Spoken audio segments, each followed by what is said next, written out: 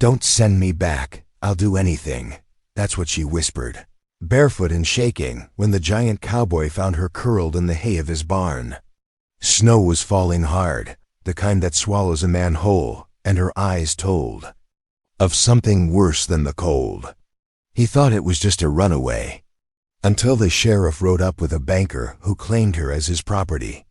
But in her satchel lay something the banker would kill to have, a paper worth more than gold, and maybe the only thing keeping this corner of the frontier alive.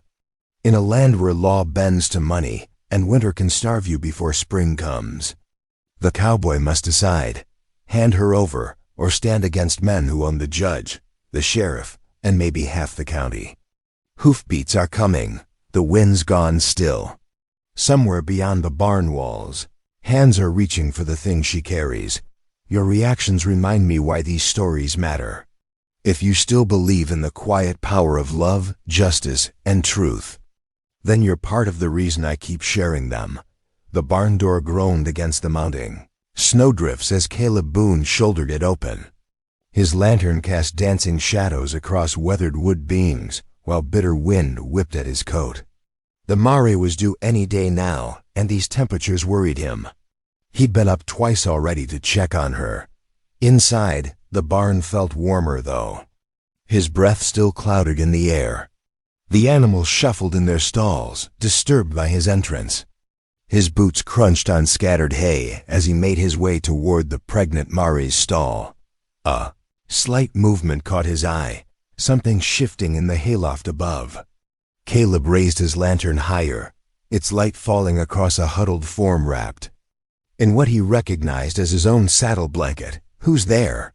He called out, voice firm but not harshed out the figure startled, and a young woman's face emerged from the folds of the blanket. Her eyes were wide with fear, darting between him and the door like a trapped rabbit. "Please," she whispered, her voice trembling, "don't send me back. I'll do anything." Caleb lowered the lantern slightly, trying to appear less threatening. Now he could see she was no more than 20 years old, with dark hair escaping from what had once been a neat bun. Her clothes were soaked through from the storm. "Miss, you'll freeze up there," he said quietly. "Come on down, and we can sort this out proper." She hesitated, clutching the blanket tighter. "You one single quote you won't take me back to town. Not in this weather, that's certain." He gestured to the ladder. "Let's get you warm first, then we can talk." Slowly, she made her way down, her movements stiff from cold. When her feet touched the ground, she swayed slightly, and Caleb steadied her with a careful hand on her elbow. "I'm Hannah Price," she sighed, her teeth chattering. "The banker in town, Mr. Whitcomb, he ... She wrapped her arms around herself, whether from cold or fear, Caleb couldn't tell. "He locked me up," she continued, her voice barely above a whisper. "Said since my uncle died, he owned the property, and me with it." Her chin lifted slightly, a flash of defiance breaking through her fear. "But I won't be treated like property. Mr. double quotes, Boone," he supplied. "Caleb Boone." He studied her face in the lantern light, seeing no deception there, only exhaustion and desperation. "Come up to the house, Miss Price. You need to get warm and dry." The wind howled around them as they made their way through the snow to his cabin. Once inside, Caleb stoked the fire while Hannah stood shivering by the door, looking lost. "I've got some old clothes might fit you," he said, disappearing briefly into his bedroom. He returned with a worn but clean flannel shirt and pair of trousers. "They'll be big, but they're dry. You can change behind that screen there." While she changed, Caleb heated some broth on the cook stove. The familiar tasks helped him think through this unexpected situation. He knew Whitcomb by reputation, a hard man who'd foreclosed on more than one struggling homestead, but claiming ownership of a person? That didn't sit right. When Hannah emerged from behind the screen, she looked even younger swimming in his clothes, but some color had returned to her cheeks. He handed her a tin cup of hot broth. "Thank you," she said, wrapping her fingers around. The warmth.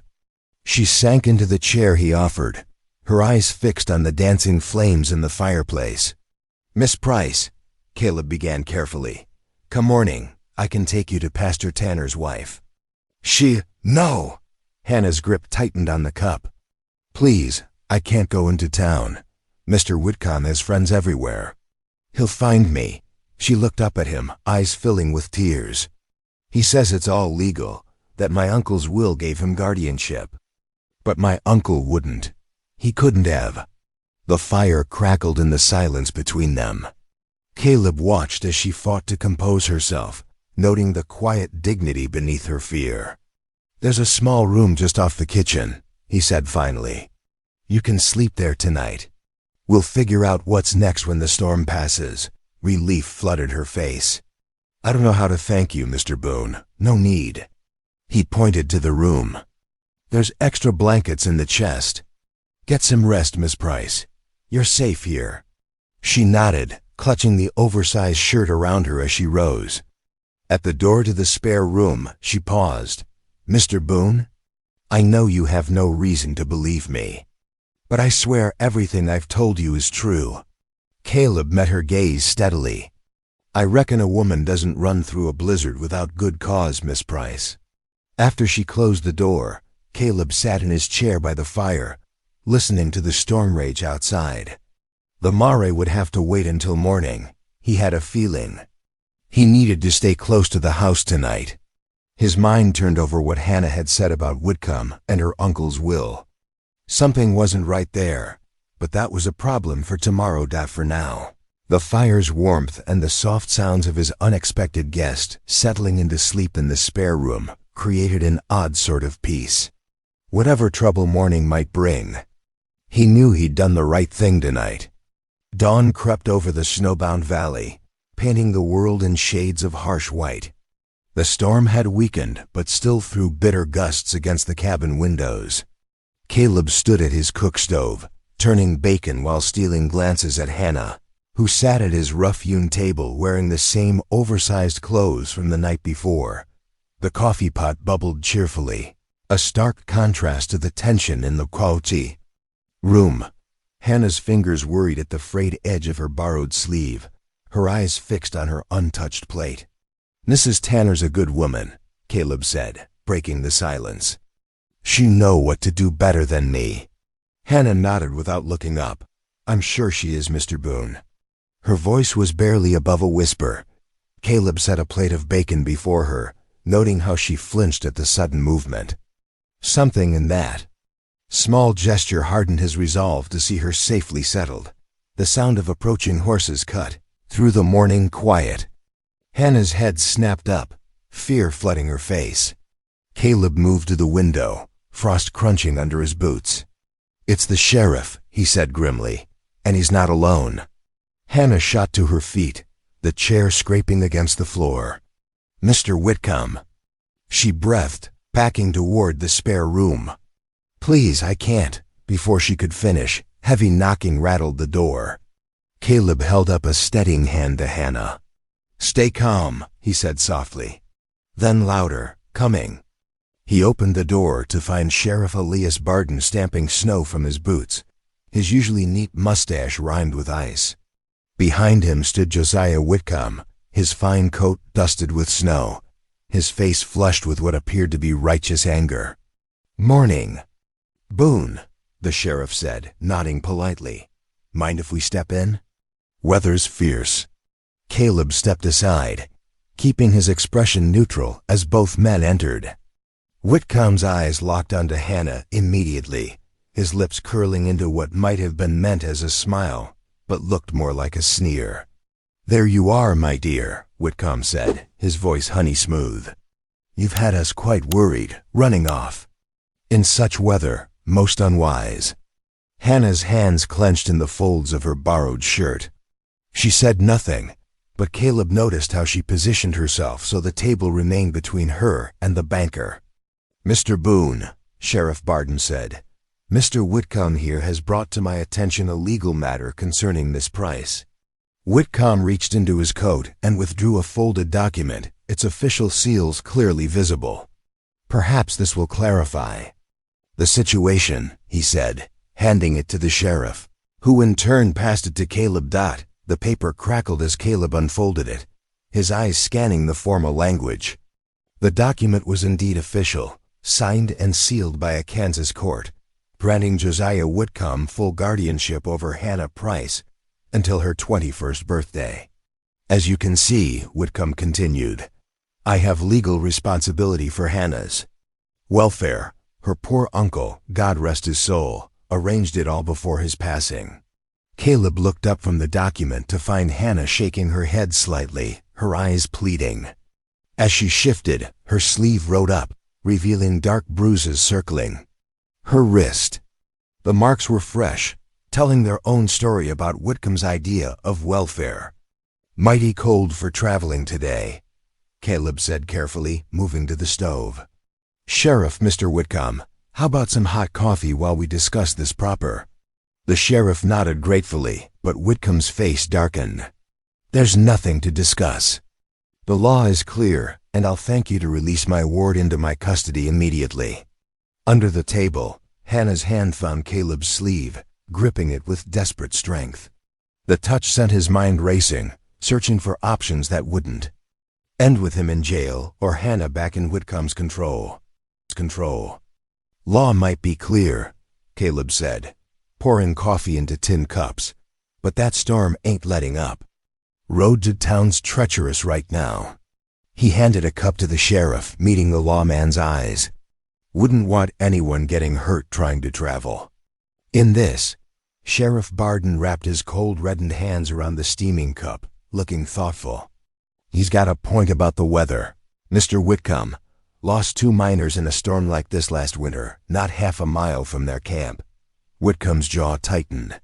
"Surely you're not suggesting—" "I'm suggesting we all use some sense," the sheriff cut in, sipping his coffee. "Miss Price ain't going nowhere in this weather, and Mr. Boone here's got a reputation as an honest man. One day won't hurt nothing."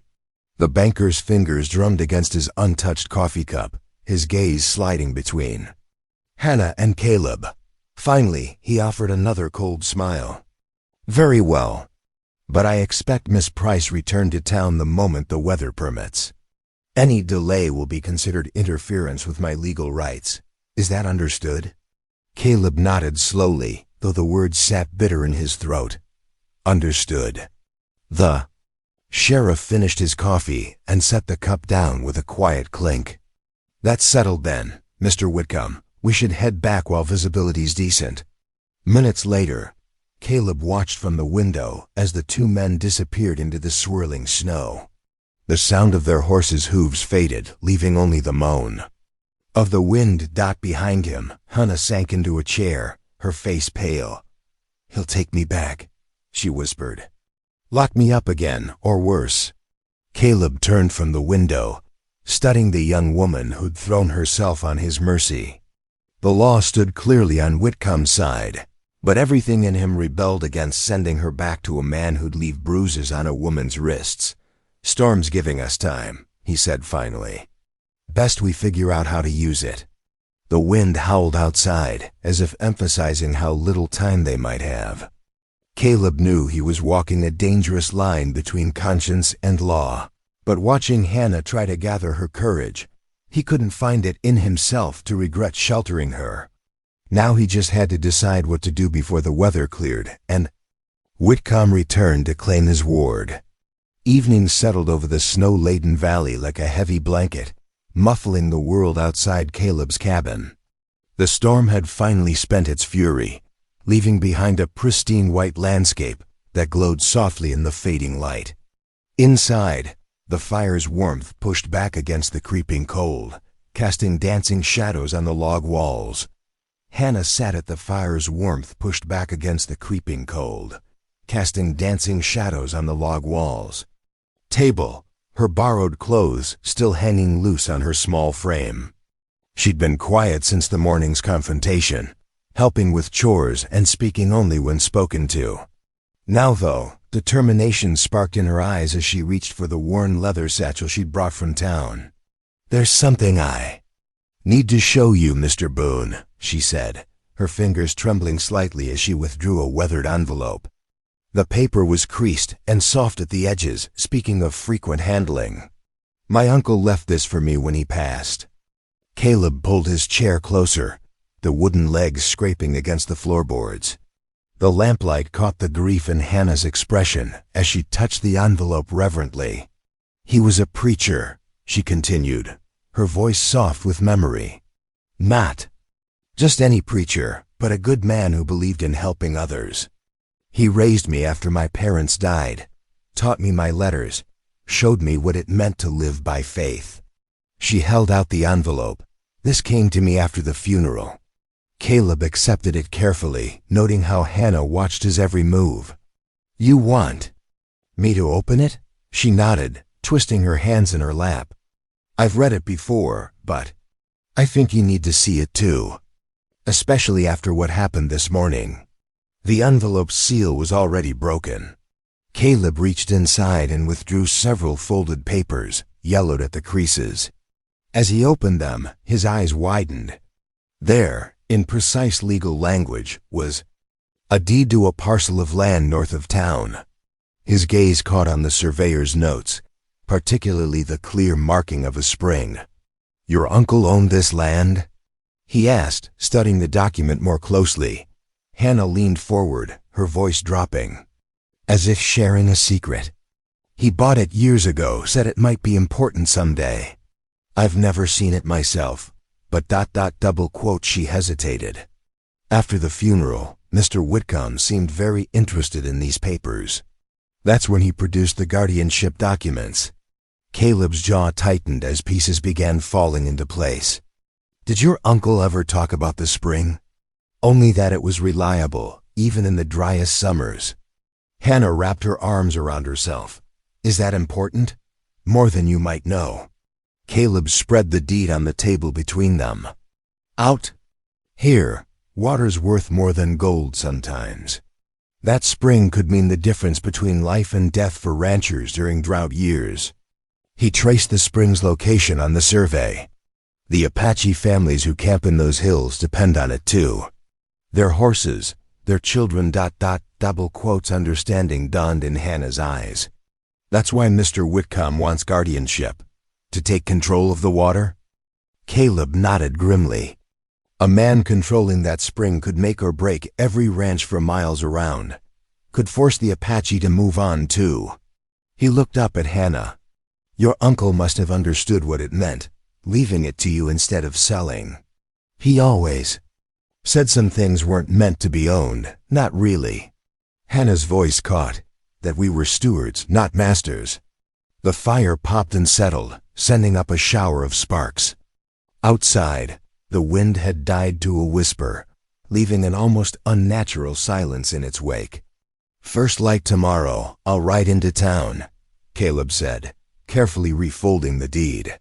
"Need to check the county records, see what else Whitcomb might have."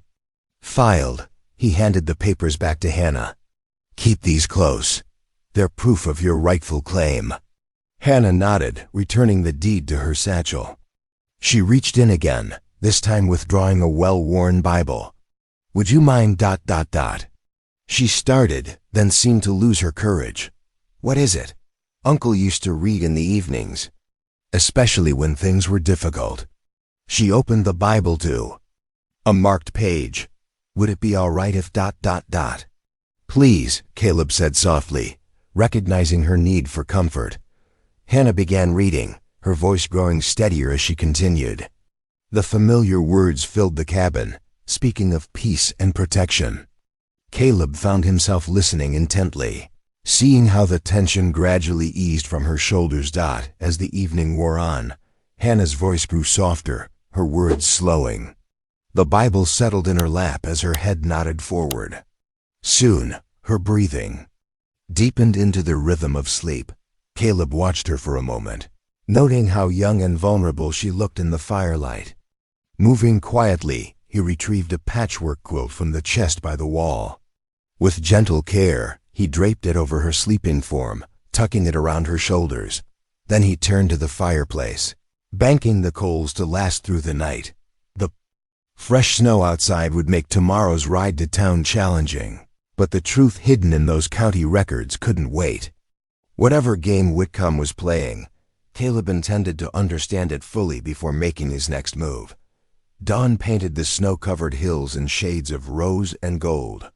The storm had finally exhausted itself, leaving behind a transformed landscape of deep drifts in pristine white. Caleb stood in his doorway, studying the crystalline morning while adjusting his heavy coat. The temperature had dropped further overnight, making the air sharp enough to steal breath. "We'll take the sleigh," he called over his shoulder to Hannah, who was wrapping herself in layers of wool. "Horses won't manage these drifts with a wagon." In the barn, frost sparkled on every beam. Caleb's breath clouded as he hitched his matched team to the heavy wooden sleigh. The horses stamped impatiently, their own breath rising in white plumes. He checked each trace twice. In weather like this, equipment failure could be deadly. Hannah appeared in the barn doorway, clutching her precious satchel. She wore Caleb's old buffalo coat, the collar turned up against the cold. Without a word, he helped her onto the sleigh's bench, tucking thick blankets around her until only her eyes showed. "It's a slow ride to town," he warned, settling beside her and gathering the reins, "but we need those records." The sleigh runners cut through virgin snow with a soft hiss. Their progress was careful, the horses sometimes chest-deep in drifts. Hannah huddled closer as they crossed the open range, where the wind had free rein to slice through layers of wool and leather. The sun climbed higher, but brought little warmth. Caleb kept one eye on the horses and one on Hannah, noting how she shivered despite the blankets. Just when he started to worry about the cold's bite, the town's buildings emerged from the whiteness. The courthouse stood silent and imposing, its brick walls dark against the snow. Inside, warmth from the pot-bellied stove made Hannah's cheeks flush as she unwrapped herself. The clerk, an elderly man with wire-rimmed spectacles, looked up from his ledger. "Mr. Boone," he nodded, then peered at Hannah with undisguised curiosity. "Need to check some property records, Mr. Phillips," Caleb said, his tone deliberately casual. "Miss Price here has a deed we'd like to verify." The clerk's eyebrows rose at Hannah's name, but he said nothing as she carefully withdrew the papers from her satchel. Caleb watched the man's face as he compared the deed to his official records, noting every small reaction. "Everything appears to be in order," Phillips finally announced, adjusting his spectacles. The property was legally purchased and transferred to Miss Price upon her uncle's death. "She's the sole owner of record." Caleb leaned forward, keeping his voice low. "What can you tell me about the surrounding parcels?" Phillips pulled out a larger book, its pages crackling as he turned them. "That's interesting," he muttered, more to himself than them. "The northern boundary. Yes, it borders the Apache Treaty lands. That spring you've got there, it's mentioned in the original survey as a significant water source." Hannah's gloved hand found Caleb's arm, gripping tight. He covered her fingers with his own, offering silent support while his mind worked through the implications. The spring's location made it even more valuable than he'd first thought. The ride back was easier with their tracks to follow, but Caleb's alertness never wavered. The horses' ears kept swiveling, catching sounds hidden by the convoy wind. As they approached the ranch, something about the pristine snow around the barn caught his eye. "Stay here," he told Hannah, helping her down from the sleigh. "Go straight to the house." Once she was safely inside, Caleb investigated the tracks he'd spotted. Someone had circled the barn while they were gone, the boot prints partially filled with loose snow. His jaw tightened as he followed them to where a horse had been tied in the shelter of some trees. The tracks led away toward town. Inside the house, Hannah had already stoked the fire and put coffee on to boil. She read his expression as he entered, her hand stilling on the coffee pot. "Someone was watching," she said. It wasn't a question. Caleb nodded, moving to check his rifle before hanging it within easy reach. Stay inside for now, he said quietly. Keep away from the windows after dark. The afternoon passed slowly. Hannah kept herself busy with small tasks, but Caleb noticed how she startled at every sound. As they sat down to a simple supper of beans and cornbread, he decided it was time to share his thoughts. We need help, he said, pushing his plate aside. Someone who knows both the territory and the people. Someone who understands what that spring means to everyone who depends on it. Hannah set down her fork. You have someone in mind? Name's Nanton. He was a scout when I served with the cavalry. Caleb's eyes grew distant with memory. He knows every hill and hollow in these parts. Knows the spring, too. His people have used it for generations. He's Apache? Hannah's voice held curiosity, rather than fear. Yes, and he understands both worlds, white man's law and Apache ways. More important, he's a friend I trust. Caleb studied her reaction. What do you think?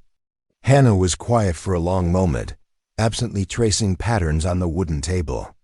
Uncle always said true help comes from unexpected places, she finally replied. If you trust him, I trust your judgment. After supper, they settled into what was becoming a familiar routine. Caleb brought his tack repair kit to the table while Hannah cleared the dishes. Without being asked, she pulled her chair closer to help, her small hand steadier now as she worked beside him. These stitches need to be tight, he showed her, demonstrating with an awl and waxed thread. Weak spots in your gear can get you killed out here. Hannah nodded, concentrating as she mimicked his technique. Together they worked in comfortable silence, the lamplight gleaming on leather and steel while outside the snow-covered world held its breath. The next morning dawned clear and cold. Frost patterns decorated the window panes like delicate lace. As Caleb pulled on his heavy coat, Hannah stood near the kitchen stove, absorbing its warmth while he explained the day ahead. Keep the door barred, Caleb instructed, checking his pistol before sliding it into his holster. If anyone comes, don't open up unless you hear my signal. 3 knocks, then 2. Hannah nodded, her face serious. How long will you be gone? Should make it back by sunset. Caleb moved to the window, demonstrating the firing angle. Rifles loaded, just in case. Remember what I showed you about the sights? Yes. Hannah's voice was steady, though her hands twisted in her apron. And I'm to tend the stock at noon. And again before dark. Caleb paused at the door, studying her. The frightened girl from the hayloft was still there, but something else too, a quiet determination that reminded him of steel beneath silk. You'll do fine, he said softly. This place ... it suits you. A splash of color touched Hannah's cheeks as she ducked her head. Be careful, she whispered outside. The morning air bit sharp as a knife. Caleb's gelding stood saddled and waiting, steam rising from its nostrils. The horse's hooves crunched through the crusted snow as they headed toward the foothills, where patches of dark pine broke the endless white. Hannah watched until horse and rider disappeared, then squared her shoulders and turned to face her tasks. The kitchen needed attention first. She scrubbed every surface until the worn wood gleamed.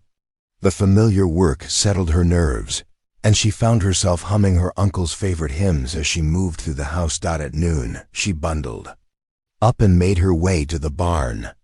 The livestock greeted her with eager sounds, and she carefully measured feed according to Caleb's instructions. The barn itself was cluttered but solid, and she spent an hour organizing tools and sweeping the packed earth floor. The physical labor felt good, purposeful. As she worked, Hannah began to see the ranch differently. Not as a temporary shelter, but as something more permanent. Every corner held evidence of Caleb's careful stewardship, mended tack hanging in neat rows, wood stacked and seasoned for winter, preserves lined up in the root cellar. It was a place built by patient hands and steady heart. The afternoon light was fading to purple when she heard hoofbeats.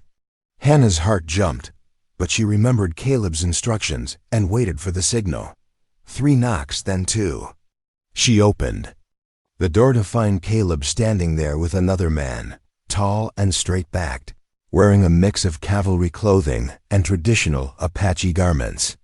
"Miss Price," Caleb said formally, "this is my friend Nanton." Nanton inclined his head with grave courtesy.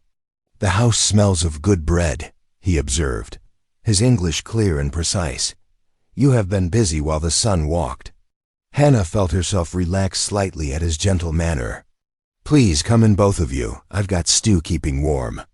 Soon they were settled around the kitchen table, bowls of hot stew and fresh bread before them. Nanton ate with deliberate appreciation, complimenting Hannah's cooking. As the meal progressed, his expression grew more serious. "The spring you speak of," he said, setting down his spoon, "I know it well. My people have gathered there since before my grandfather's time. In dry seasons, it gives life to all who come in peace, Apache, settler, and wild creature alike." Hannah leaned forward. "My uncle never saw the land himself. He bought it through an agent, hoping to preserve it for everyone's use." Nanton nodded. "A wise man, your uncle. But now the iron horse comes, eating earth and drinking water. Its masters see only profit, not life. The railroad's been surveying all through this territory," Caleb added. "Whitcomb's their man. He finances their land deals, forecloses on farms and ranches they want. Having guardianship of you, Hannah, would give him control of that spring." "But the deed is in my name," Hannah protested. "Legally, the land is mine, true," Nanton said. "But law is like a knife. It can protect or harm, depending on who holds it." He exchanged a look with Caleb. "We have seen treaties broken, papers changed, judges persuaded by gold." Hannah's hands clenched in her lap. "Then what can we do?" "We fight," Caleb said quietly. "Legally first. File our own papers. Gather witnesses. Make sure every detail is recorded proper and public. But if that fails, double quotes." He left the thought unfinished. "My people will stand with you," Nanton stated. "The spring must remain free, as it has always been. We will help guard what is right." Outside, the wind picked up, rattling the window panes. The lamp flame wavered, casting shifting shadows on the walls. Hannah looked between the two men, so different in appearance but united in purpose, and felt something settle in her. So, this was worth fighting for, this alliance of honor and justice. "Then we're agreed," she said firmly. "We protect the spring, through law if possible, and by force only if necessary," Caleb finished. Nanton nodded solemnly, sealing their pact. The three sat late into the evening, sharing coffee and quiet conversation about practical matters, who to trust in town, which judges might give fair hearing, how to watch for railroad surveyors. When Nanton finally rose to leave, he pressed something into Hannah's hand, a small leather pouch decorated with careful beadwork. "For protection," he said simply. "My grandmother's work.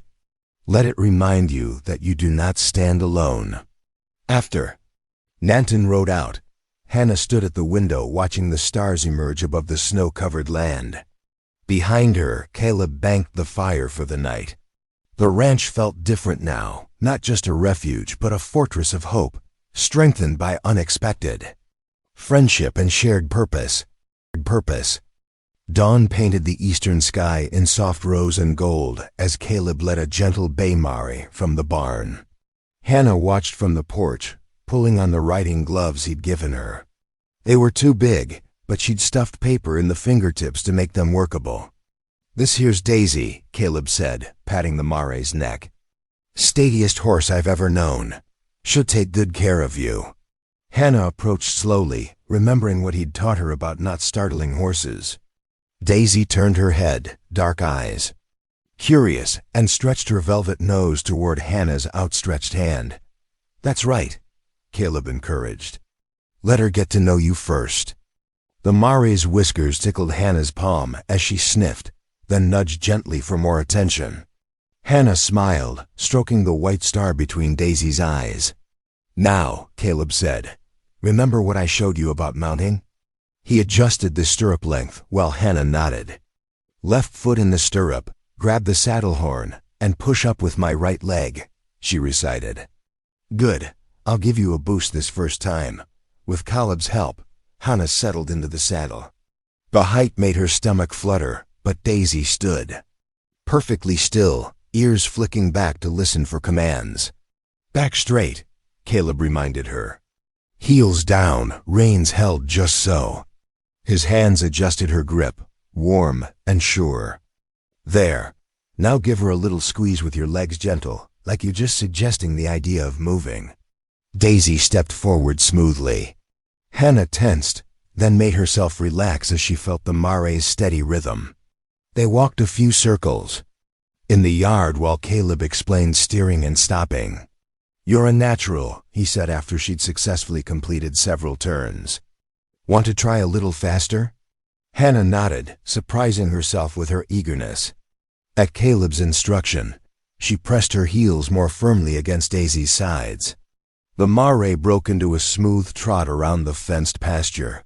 The bounce of the gate startled a laugh from Hannah's throat, bright and unexpected as birdsong. She clapped a hand over her mouth, eyes wide with surprise at her own joy. Caleb's face lit with answering warmth. "That's the first time I've heard you laugh," he said softly. Hannah realized he was right. I can't remember the last time." "I did." They spent the morning practicing starts, stops, and turns. By noon, Hannah could mount on her own and felt secure enough to trot without clutching the saddle horn. Her muscles ached, but pride glowed in her chest at each small victory. While they worked with Daisy, Nanton had ridden into town to gather news. He returned as the afternoon shadows lengthened, his expression grave beneath his wide-brimmed hat. Hannah was brushing Daisy in the barn when she heard the hoofbeats. She led the mare to her stall, then hurried to join Caleb and Nanton in the kitchen. The two men sat at the table, heads bent close in conversation. "The iron horse comes faster than we thought," Nanton was saying. "Their men will be here within a month, carrying papers from Washington that give them authority to survey anywhere they please." Caleb's jaw tightened. "And Whitcomb? He speaks poison about the girl in town. Says she is." Nanton glanced at Hannah apologetically, unfit for managing her affairs. That she needs proper care, his care. Hannah's hands clenched, but her voice stayed steady. "He can say what he likes. I won't let him take my uncle's land." Caleb studied her face, noting the determined set of her chin, the new confidence in her bearing. Something in his expression shifted, as though he was truly seeing her strength for the first time. "No," he agreed quietly, "we won't." Hannah moved to the kitchen counter, reaching for flour and yeast. Working with Daisy had awakened her appetite, and the familiar routine of bread making would help her think. "I'll make supper," she said. "You both must be hungry." The men continued their discussion while Hannah mixed and kneaded the dough. She listened carefully, asking occasional questions about legal terms she didn't understand. The bread rose slowly in the warmth of the kitchen while she prepared a simple stew. As darkness gathered outside, the smell of baking bread filled the house.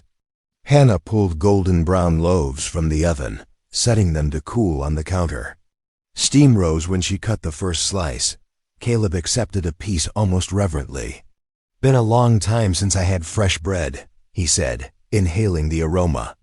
"Not since my mother's table, truth be told." Hannah felt pleased warmth spread through her chest as she watched him savor that first bite. "Your mother taught you to cook?" "Some," he admitted, "but mostly I learned by necessity.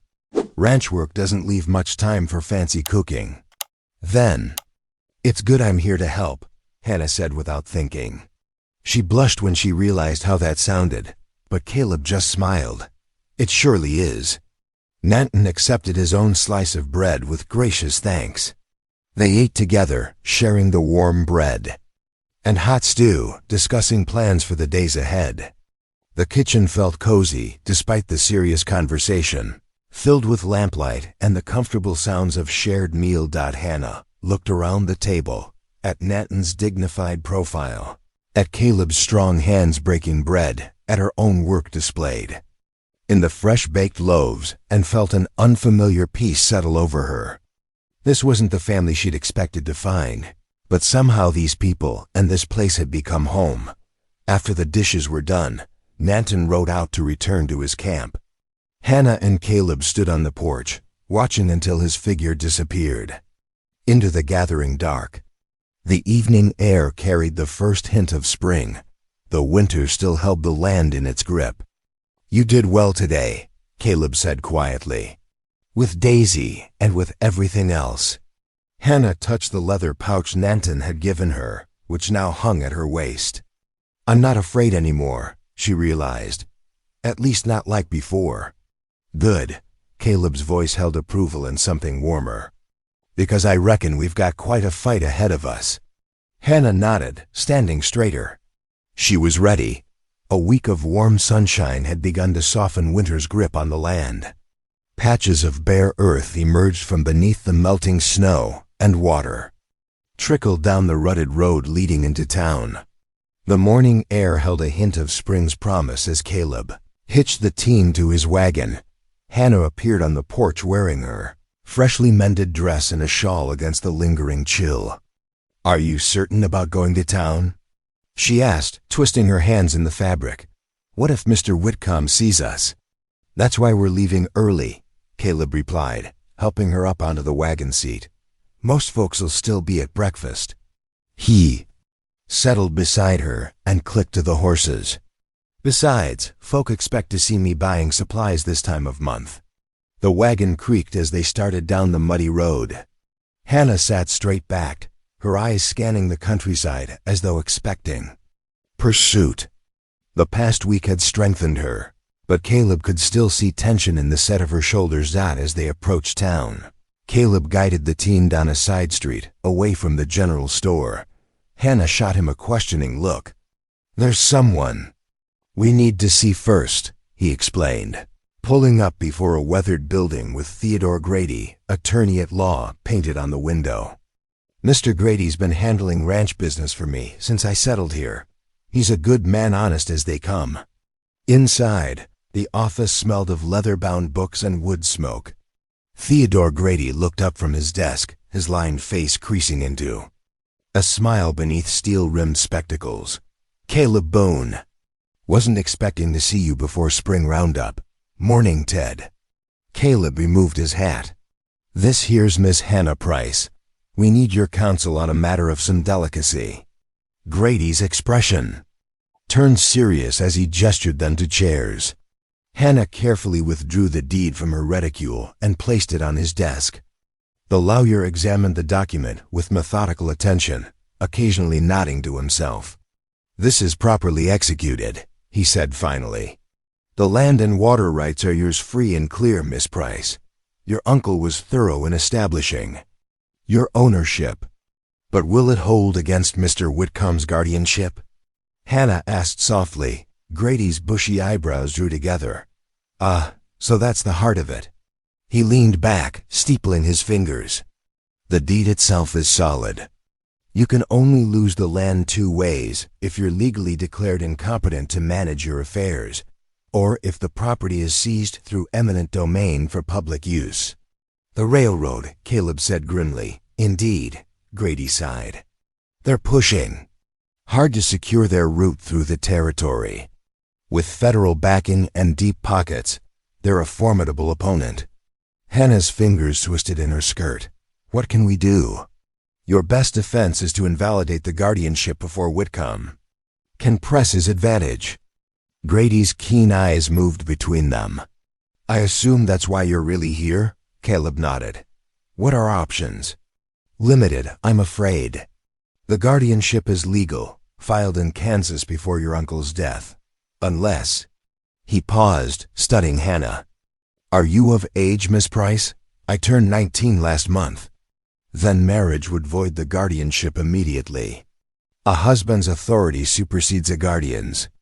Grady held up a hand at Hannah's startled look. I'm merely stating the legal fact, mind you. Mind you. They discussed a few other possibilities, but each seemed more desperate than the last. Finally, Grady gathered the papers with a sympathetic smile.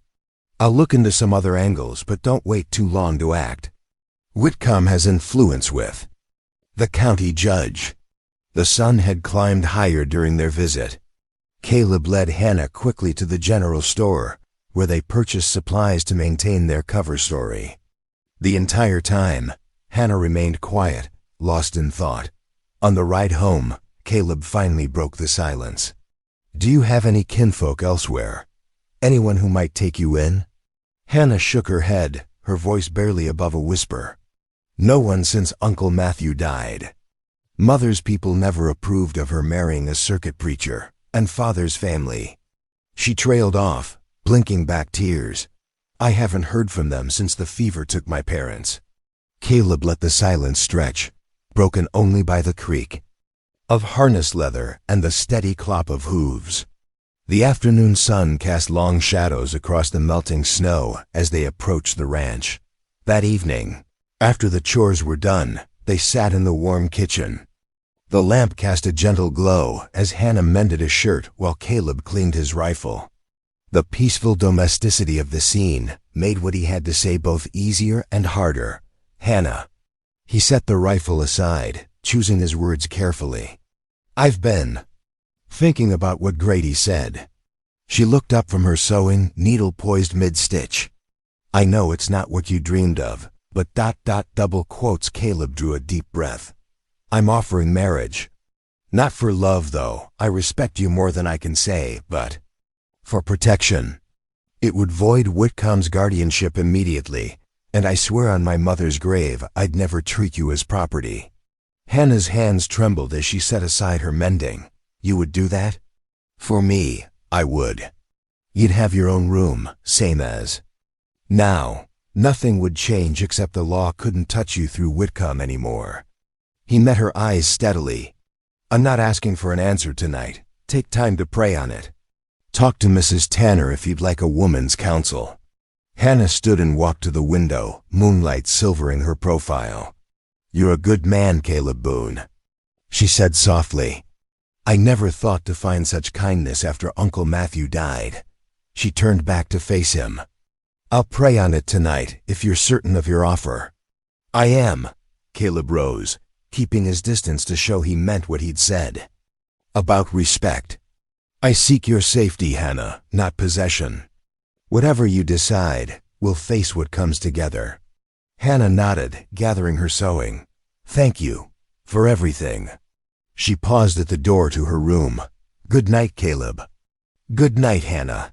Caleb watched her door close, then sank back into his chair. The lamp flickered, casting dancing shadows on the wall as he sat alone, hoping he'd done right by the brave young woman who'd stumbled into his life on a snowy night. The morning sun streamed through Hannah's window, warming her face. As she knelt beside her bed, she had spent much of the night in prayer, seeking guidance. Now with the first light of dawn, clarity filled her heart. She found Caleb in the barn, checking the foaling mare. He looked up as her boots crunched on the straw-covered floor. Yes, she said simply. Caleb straightened slowly, his eyes searching her face. You're certain? Hannah nodded, her hands steady at her sides. I prayed all night. The Lord's shown me this is right, not just for safety, but for the spring and the people who depend on it. Then we'll ride into town today, Caleb said. Nathan should witness this, and we'll need Pastor Tanner's blessing. They ate breakfast quickly, and soon Nathan arrived, as if sensing he would be needed. The three rode toward town, the morning air crisp with lingering winter. Hannah sat tall in Daisy's saddle, no longer the frightened girl who had hidden in Caleb's hayloft. Pastor Tanner welcomed them into his study, his kind face thoughtful as they explained their situation. Marriage is a sacred covenant, he said, looking between them. Even when begun for protection, it requires commitment before God. We understand, Pastor, Hannah replied. This may not be a love match, but we mean to honor our vows." The pastor nodded slowly. "Then I'll publish the banns this Sunday. The wedding can be held next week, giving proper time for any objections to be raised." He reached for his Bible. "Shall we pray together?" As they left the church, Mr. Whitcomb stood across the street, watching. His lips curled into a contemptuous sneer. "This changes nothing," he called out. "I'll stop this farce of a wedding." Caleb stepped forward, but Nanton's hand on his arm held him back. "His words are wind," the Apache scout said quietly. "Save your strength for real battles." The ride home was quiet, each lost in thought. That afternoon, Hannah began sorting through her meager belongings, mending tears in her best dress to make it suitable for a wedding. In the barn, Caleb worked on the wagon, tightening loose boards and greasing the wheels. "The spring lies quiet," Nanton reported, returning from his scouting ride. "No survey stakes, no railroad men. But they will come." "We'll be ready," Caleb replied, testing a wheel's strength. The days that followed settled into a rhythm of preparation. Hannah patched Caleb's spare shirts while he repaired fence lines damaged by winter storms. Each evening, they sat by the fire, sharing stories of their lives before fate brought them together. "My mother taught me to bake," Hannah said one night, describing the kitchen of her childhood. "She said bread was a prayer made with hands instead of words." Caleb spoke of his own mother, gone 5 years now. "She kept geraniums in tin cans along the windowsill. Said every home needed something growing to keep hope alive." Their conversations meandered through memories, Hannah's uncle preaching under shade trees on summer Sundays, Caleb learning to track from his father before the war took him. They spoke of faith tested and renewed, of losses that had shaped them both. Though they kept their distance, something gentle grew between them, like spring grass pushing through melting snow. They learned each other's rhythms, Caleb's early rising, Hannah's habit of humming hymns while she worked, the quiet way they moved around each other in the evening chores. The night before the wedding, Hannah stayed up late baking. The familiar motions of kneading dough settled her nerves as she thought about tomorrow. When the loaf was done, golden brown and fragrant, she set it on the kitchen table with a carefully written note. "Dear Caleb, thank you for believing me that first night and every day since. Whatever tomorrow brings, I'm grateful God led me to." Your barn. The bread cooled in the quiet kitchen as moonlight spilled through the window, casting long shadows across the floor. Tomorrow would change everything, but tonight, peace settled over the ranch like a blanket, wrapping them all in its gentle embrace. Dawn broke crystal clear over the Colorado mountains, painting the snow-dusted peaks in shades of rose and gold.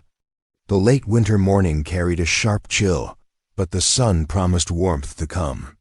In town, the little white-clapboard church glowed with welcome, its windows bright with lamplight against the early hour. Hannah stood in the church's small back room, smoothing her freshly pressed dress with trembling hands. She had done what she could with the faded blue cotton, adding a bit of lace collar saved from her mother's things. A handful of winter-hardy wildflowers, gathered by the pastor's wife, made a simple bouquet. "You look lovely, dear," Mrs. Tanner said softly, adjusting Hannah's hair. "A bride should glow, and you do." Through the wall, Hannah could hear the murmur of townsfolk gathering. Not many had come, some out of fear of Whitcomb's influence, others out of simple disinterest in a hasty wedding. But those who did attend were the ones who mattered, honest ranchers who had known Caleb for years, a few shopkeepers who had defied Whitcomb's pressure to shun them, wives who had slipped Hannah encouraging smiles in town. In the church proper, Caleb stood near the altar in his best dark suit, the one that still carried the cedar scent of his mother's trunk. Nanton waited beside him, dignified in carefully chosen clothing that bridged his Apache heritage and the occasion's formality. The small crowd filled only the first few pews, their presence feeling both supportive and exposed in the large space. Pastor Tanner stepped to the altar, his Bible ready in his weathered hands. The morning light streamed through the high windows, dust motes dancing in the golden beams. At his nod, Mrs. Tanner began playing the small pump organ, and Hannah stepped through the door. She walked slowly down the aisle, her eyes meeting Caleb's steady gaze. His face softened at the sight of her, and Hannah felt her nervousness ease. This might have started as an arrangement of protection, but standing here now felt right in her heart. Just as she reached Caleb's side, just as Pastor Tanner opened his Bible to speak the first words, the church door burst open with a bang that made the women gasp. Sheriff Barden strode in, his face grave. Behind him came a tall man wearing a marshal's badge, his long coat dusty from hard riding. "Stop these proceedings," the marshal called out, his voice cutting through the shocked silence. He pulled a document from his coat. "I have a federal order to read." Caleb's hand found Hannah's back, warm and steadying. The marshal unfolded his papers and began to read in a formal tone. "By order of the United States Territory Court, the land deed held by Hannah Price, previously registered in Kansas Territory, is hereby nullified. Said land is designated for railroad right-of-way under the Pacific Railroad Act. Furthermore," he paused, his eyes flicking to Caleb. "Caleb Boone is charged with unlawfully harboring a ward of the court, interfering with legal guardianship, and impeding railroad development." A collective gasp filled the church. Hannah's fingers clutched her wilting bouquet, the flowers crushing in her grip. Through the open door, she could see Whitcomb standing in the morning light, his face split by a triumphant smirk. "The lady will return to her guardian's custody," the marshal continued, "and Mr. Boone will present himself to the territorial court in Denver within 3 days." "This is unjust," Pastor Tanner protested, stepping forward. "These are good people seeking God's blessing on their union." "The law is the law, Pastor," Sheriff Barden said quietly. Not meeting anyone's eyes, Caleb's hand remained steady on Hannah's. "Back.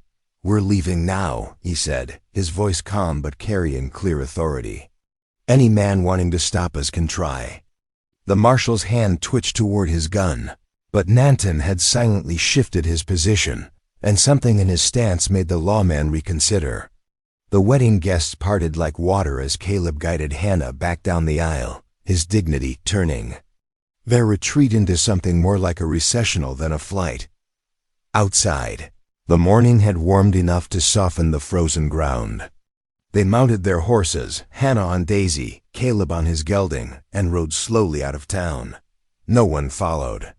Even Whitcomb, for all his smugness, seemed content to let them go for now, certain his victory was secured by paper and federal authority. The ride back to the ranch passed in heavy silence. Hannah's wedding flowers lay forgotten in the church, her simple dreams of security scattered like their petals on the floor. Yet Caleb's presence beside her felt more protective than ever, his quiet strength a shield against despair. They reached the ranch by mid-morning. Hannah moved through her usual chores, mechanically feeding chickens, checking the foaling mare, preparing a simple meal neither of them would eat. Caleb disappeared into the barn, the rhythmic sounds of him chopping wood carrying his own kind of grief. As evening painted the sky in somber purples, Nanton rode up to the ranch. His face was grim as he dismounted. "I followed their trail," he reported, joining them by the barn. "The railroad men are already at the spring. They carry stakes and surveying tools, marking the ground for their iron rails." Caleb nodded slowly, as if this news merely confirmed what he had expected. Hannah stood close to him, their shoulders barely touching, sharing warmth against the gathering cold of night. "They think paper and federal stamps make them right," Nanton said, his voice carrying years of bitter knowledge about broken treaties and stolen lands. "But water has its own law, older than any government's marks." The three of them stood watching the sunset paint the mountains blood red, each lost in thought about what tomorrow might bring. The weight of the law pressed down on them like storm clouds gathering, dark with threat and heavy with change. Morning light crept through the kitchen windows, finding 3 figures huddled around Caleb's worn oak table. Steam rose from their coffee cups, swirling in the pale rays like they're troubled thoughts. Hannah poured fresh coffee from the battered pot, the familiar aroma doing little to lift the heavy mood. Caleb stared into his cup, his broad shoulders slumped. The law's against us. The railroads got money and power behind them. Even if we fought, what chance do we have? Hannah set the pot down with more force than necessary. We can't just give up. My uncle believed that spring should be free for all. He wouldn't want it seized for railroad profits. The coffee rippled in their cups as her hand struck the table. Nanton watched the circles spread, his dark eyes thoughtful. The spring, he said slowly, lies near old hunting grounds. The treaty spoke of water rights. Perhaps the tribal council would have interest in this matter. Caleb lifted his head, a spark of hope lighting his weary features. The reservation agent can't ignore treaty claims, not without proper hearing. The council meets today, Nanton said. If we ride now, we can present your case before sundown. Hannah was already on her feet, reaching for her shawl. I'll bring the deed and survey map. Within the hour, they were mounted and riding north. The morning had warmed enough to start melting the snow, making the trail muddy and treacherous. Their horses picked their way carefully, hooves sucking at the soft ground. Hannah carried the precious documents inside her coat, protected from the damp. The reservation agency sat on a bare rise of land, its weathered boards and tin roof stark against the mountain backdrop. A few Apache families moved about there daily. Tasks, women carrying water, children playing in the mud. Their presence here was a testament to promises already broken, lands already lost. Inside the agency office, the air was close and stale. The agent, a thin man named Parker, looked up from his papers with obvious irritation. The council isn't receiving visitors today. Nanton stepped forward, speaking in the measured tones of diplomacy. This matter concerns water rights under the existing treaties. The council will want to hear it. Parker's mouth twisted, but he couldn't deny the request without risking complaint to his superiors. Wait here, he said, rising with obvious reluctance. They stood in silence as his footsteps faded. Hannah's hand found Caleb's, squeezing gently. He returned the pressure, drawing strength from her touch. After what seemed like hours, Parker returned. They'll see you now. The council chamber was a long room. Its walls hung with blankets to keep out drafts. 7 elders sat in a semicircle, their faces weathered by years and wisdom. Nanton addressed them in Apache first, showing respect for their authority, then continued in English so Hannah and Caleb could follow. These friends bring evidence of water rights that may affect our people's claim, he said, gesturing to Hannah. She stepped forward, carefully unfolding the deed and survey map. The eldest council member, a man whose white hair testified to many winters, studied the documents through silver-rimmed spectacles. His finger traced the spring's location on the Quoshi map, following the watershed lines. This water, he said finally, flows from mountains never surrendered. The treaties speak clearly of these boundaries. Another elder nodded. The railroad cannot take what was never given away. Hope bloomed in Hannah's chest as the council members conferred in low voices. Finally, the white-haired elder spoke again. We will investigate these claims. The treaties must be consulted, the boundaries confirmed. Return in 7 days. We will have an answer then. Outside, the afternoon sun had broken through the clouds, turning the muddy ground to glittering pools. They mounted their horses in silence, each lost in thought about what this delay might mean. The ride home was quiet, broken only by the splash of hooves through puddles and the occasional call of a crow. Hannah watched Caleb's back, noting how he sat straighter in the saddle now, as if some of the weight had lifted from his shoulders that evening, found them gathered in the ranch house's main room. the lamp casting warm light over their small circle. Hannah held her uncle's Bible in her lap, its familiar leather smooth under her fingers. Opening to the Psalms, she began to read aloud. God is our refuge and strength, a very present help in trouble. Therefore will not we fear, though the earth be removed, and though the mountains be carried into the midst of the sea. Her voice, soft but unwavering, filled the room with ancient words of hope. Caleb sat with his eyes closed, letting the verses wash over him. Even Nanton listened intently, recognizing the power of faith that transcended different ways of prayer. As Hannah read on, the lamp's glow seemed to strengthen, pushing back the gathering darkness outside. The words spoke of justice prevailing, of the weak being lifted up, of streams in the desert bringing life to dry places. When she finished, silence held them for a long moment. Then Caleb opened his eyes, and Hannah saw fresh resolve in his gaze. The evening's peace had restored something vital in him, not blind optimism, but the quiet strength to face whatever lay ahead. They sat together a while longer, sharing the comfort of friendship and faith as night settled over the Colorado hills. Tomorrow would bring its own challenges, but for now, they had done what they could. The rest would unfold in its own time, like water finding its way through the mountains. 3 days crept by like molasses in winter. The morning sun had barely cleared the eastern peaks when hoofbeats thundered into the ranch yard. Caleb looked up from mending fence to see Whitcomb riding in, flanked by 2 rough-looking men he didn't recognize. Their horses' flanks were dark with sweat, speaking to a hard ride from town. Whitcomb's fancy black coat was dusty, his usual polished manner cracking around the edges. "Where is she?" he demanded, not bothering with pleasantries. "Hannah's coming with us now." Caleb straightened slowly, keeping his movements deliberate. His Winchester stood propped against the fence post, close enough to grab if needed.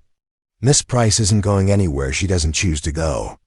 "That's Mrs. Boone now," Hannah's voice rang clear from the porch. She stood in the doorway, her spine straight despite the fear Caleb could see in her eyes. Whitcomb's face twisted. That farce of a ceremony wasn't completed. "You're still under my legal guardianship, girl, and you're coming back to town where you belong." The 2 hired men spread out slightly, hands hovering near their gun belts. They had the hard eyes of men who solved problems with violence for pay. Caleb's hand closed around his rifle, raising it to rest in the crook of his arm. "Not pointing, but ready. I reckon you'd best ride out now, Whitcomb. This isn't your property, and you're not welcome here. You're harboring my ward illegally," Whitcomb snarled. "These men have authority to—" A shadow detached itself from the barn's darkness. Nanton stepped into view, his own rifle held with casual competence. He said nothing, but his presence shifted the balance of power in the yard. The hired guns exchanged glances, clearly recalculating their odds. 3 against 2 wasn't such favorable math when both defenders had good cover and steady aim. "Last warning," Caleb said quietly. "Ride out." Whitcomb's face flushed dark with rage. He yanked his horse's head around so hard the animal snorted. In protest, "This isn't over, Boone. We'll be back with papers and guns enough to settle this proper." "You can't hold out forever." "Maybe not," Caleb answered. "But we can hold out today." The banker spurred his horse, spraying mud as he wheeled away.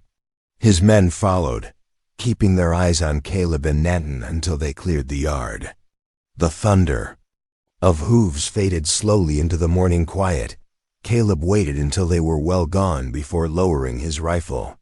Hannah's boots scraped on the porch boards as she hurried down to them, her hands trembling as she wrapped her arms around herself. "They'll be back," she said softly, "with more men." "Come inside," Caleb said gently.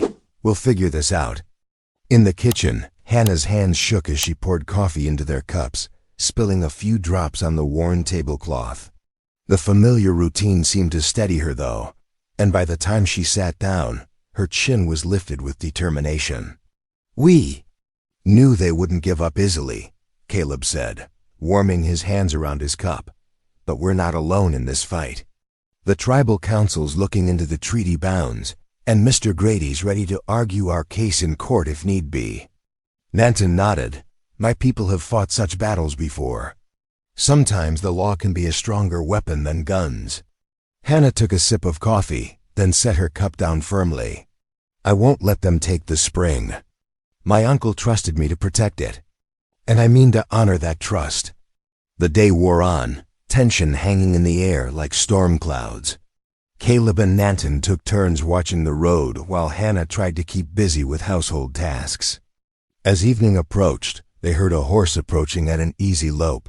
Caleb stepped onto the porch, rifle ready, but relaxed when he recognized the rider's uniform. It was Jimmy 2 Stars, one of the young men who carried messages for the reservation. "Agency. Letter for you," Jimmy called, pulling up by the hitching post. "From the council. They said it was urgent." Hannah's hands trembled again as she broke the seal on the envelope. Her eyes moved quickly over the formal handwriting, widening as she read. "The spring," she breathed. "It's within the treaty boundaries. The council found records showing the water rights were never ceded to the territory." Caleb took the letter, reading it carefully. The council's language was clear and firm. Any seizure of the spring by the railroad would constitute a direct violation of federal treaties with the Apache Nation. "This could change everything," he said slowly, "if the court will hear it." Nanton's usually stoic expression showed a hint of satisfaction.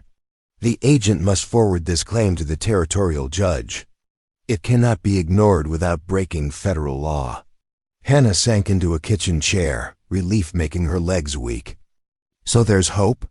"More than hope," Caleb said, still studying the letter. "This is solid ground to stand on. The railroad can't just brush aside treaty rights without causing problems all up and down the territory."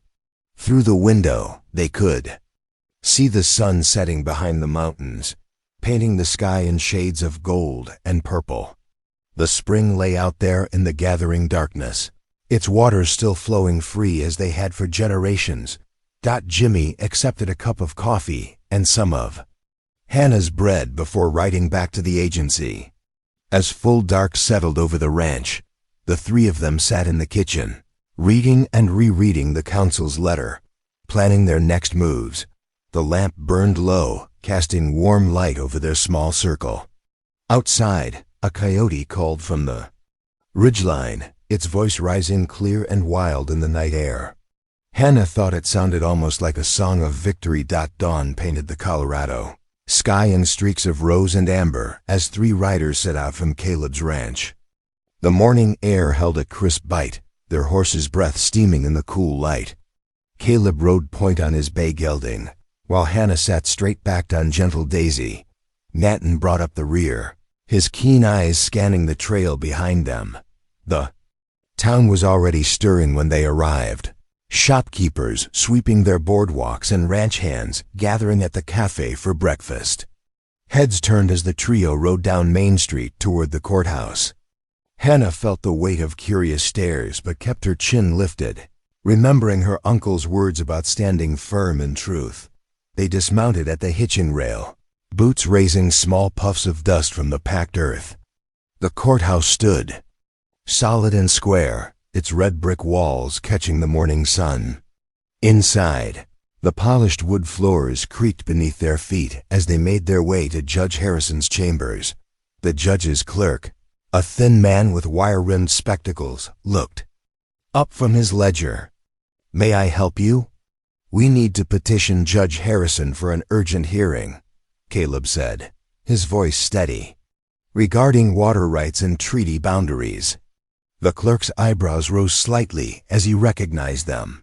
"The judge sees petitioners at 9 o'clock. You may wait in the hall." They settled onto the hard wooden bench outside the judge's office. Through the tall windows, Hannah could see more townspeople gathering in small clusters on the street, heads bent in conversation. News traveled fast in small towns. At precisely 9 o'clock, the judge's door opened. Judge Harrison was a tall Man with iron gray hair and deep-set eyes that missed little. He gestured them inside, taking his seat behind the broad oak desk. "Mr. Boone," he nodded to Caleb, then looked at Hannah. "Miss Price, I believe?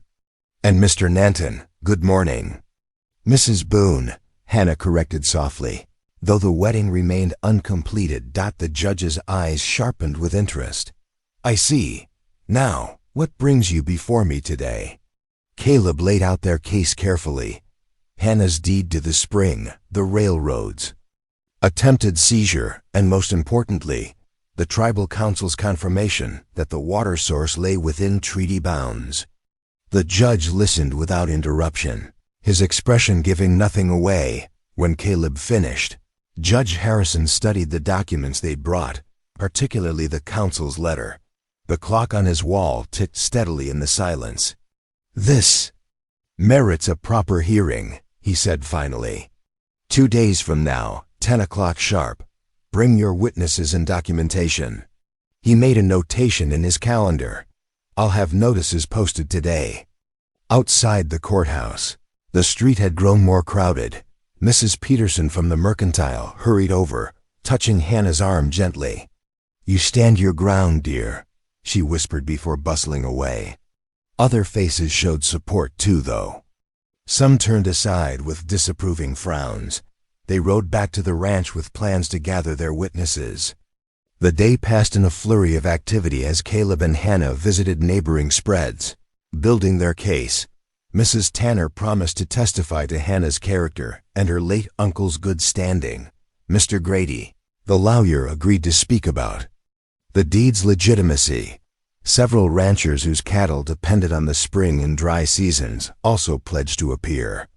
Old Jim McKenzie, who'd worked the high country for 40 years, spat tobacco juice and declared, "Ain't right, what that banker's trying. Count me in." The sun was setting when they finally returned home. Hannah's arms ached from hours in the saddle, but hope had begun to replace some of her fear. They had friends, more than she'd realized. Nathan had stayed to watch the ranch and now helped them stable the horses. "The town talks much today," he reported. "Some say the railroad brings progress, others remember broken promises. Lines are being drawn." Hannah was heating soup for their supper when it happened. The crash of breaking glass shattered the evening quiet, making her jump back with a startled cry. A rock the size of a man's fist lay amid glittering shards on her clean kitchen floor. Caleb burst in from the barn, rifle ready. But there was no one in sight, just the broken window letting in the cool night air. Hannah's hands shook as she picked up the paper that had been wrapped around the rock. "You can't win," she read aloud. The words stark and threatening in black ink. Caleb's jaw tightened as he examined the note.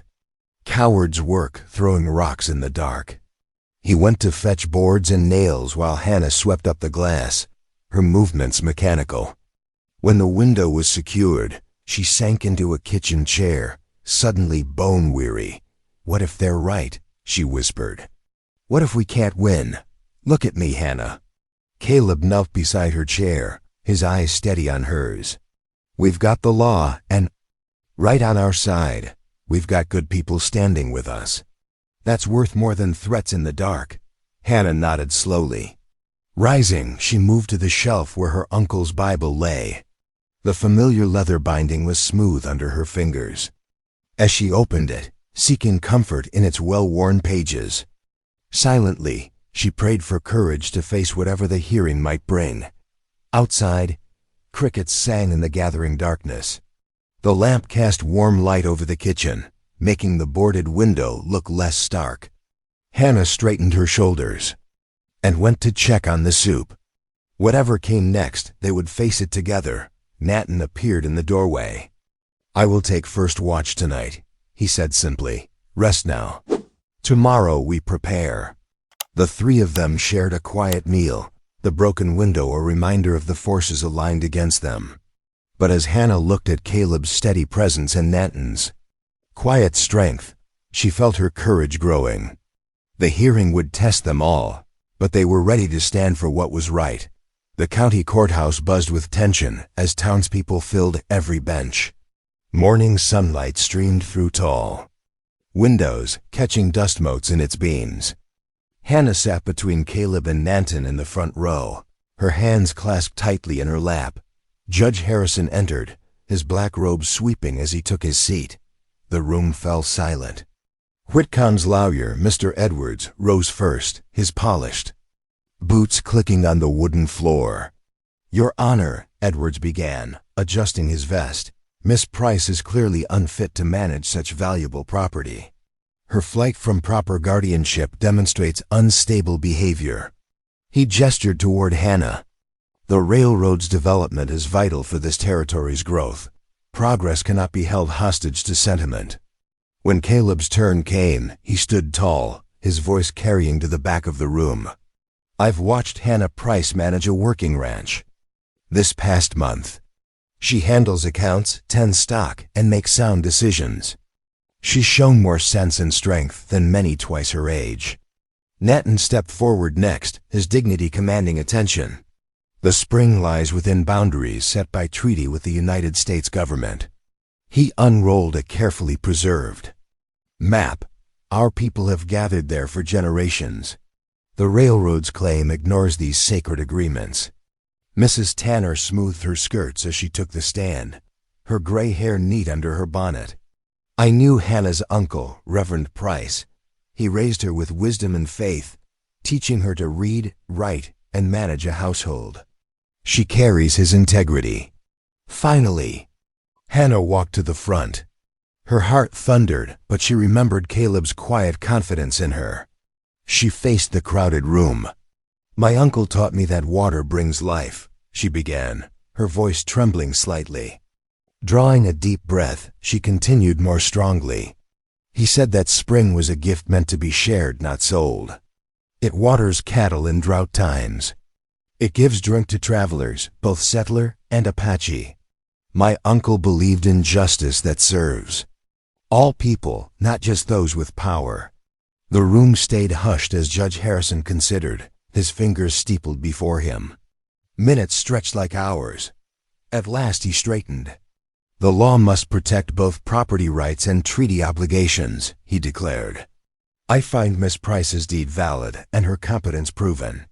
Furthermore, given the spring's location and significance, I order the deed transferred to joint ownership between Hannah Price and the Apache Nation. Neither party may sell or develop the land without the other's consent." The courtroom erupted. Ranchers clapped while Mrs. Tanner wiped happy tears. Whitcomb's face darkened to purple as he shoved through the crowd and stormed out, his lawyer hurrying behind. Nanton clasped Hannah's hand, then Caleb's, a rare smile crossing his weathered face. "The spring will flow free," he said simply. Hannah looked up at Caleb, joy making her eyes bright. Around them, the courtroom buzzed with victory, but in that moment, their shared smile spoke volumes without words. 2 days after the court victory, the ranch hummed with life and celebration. Neighbors streamed through the yard, arms laden with steaming dishes and fresh-baked pies. The kitchen table groaned under cornbread, stews, and Mrs. Tanner's famous apple dumplings died as the afternoon waned. Folks began heading home, leaving behind warm wishes and promises to visit soon. The setting sun painted the snow-capped peaks in shades of rose and gold, casting long shadows across the newly peaceful land. Hannah stood on the porch, drawing in the crisp mountain air. Caleb joined her, his presence steady and sure beside her. She turned to face him, her heart full of certainty. "I want you to know," she said softly, "I'm staying as your wife. Not because I need protection anymore, but because—" Her voice wavered with emotion. "Because I love you, Caleb Boone." Caleb's weathered face softened as he took her hands in his. "I reckon I've loved you since that first morning, watching you find your courage day by day." Inside, Nanton sat at the kitchen table, the lamplight casting a warm glow as he shared tales of his people's history with the spring. His rich voice painted pictures of summer gatherings, healing ceremonies, and peace councils held beside it. Waters. Later, when the stories wound down, Hannah opened her uncle's Bible. The familiar leather was smooth beneath her fingers as she read from the Psalms. Caleb's hand covered hers, his touch gentle on the well-worn pages. The words of thanksgiving filled the quiet room, mixing with the crackle of the hearth fire. Through the open window came the faint sound of water over stones, the spring singing its ancient song into the night. Its voice carried a promise now. Secured, water flowing free for all who would come in peace, settler and Apache alike, for generations to come. Thanks for watching. Stories like this shape us in ways we don't always expect. If something resonated, subscribe. I'm back tomorrow with another one worth hearing.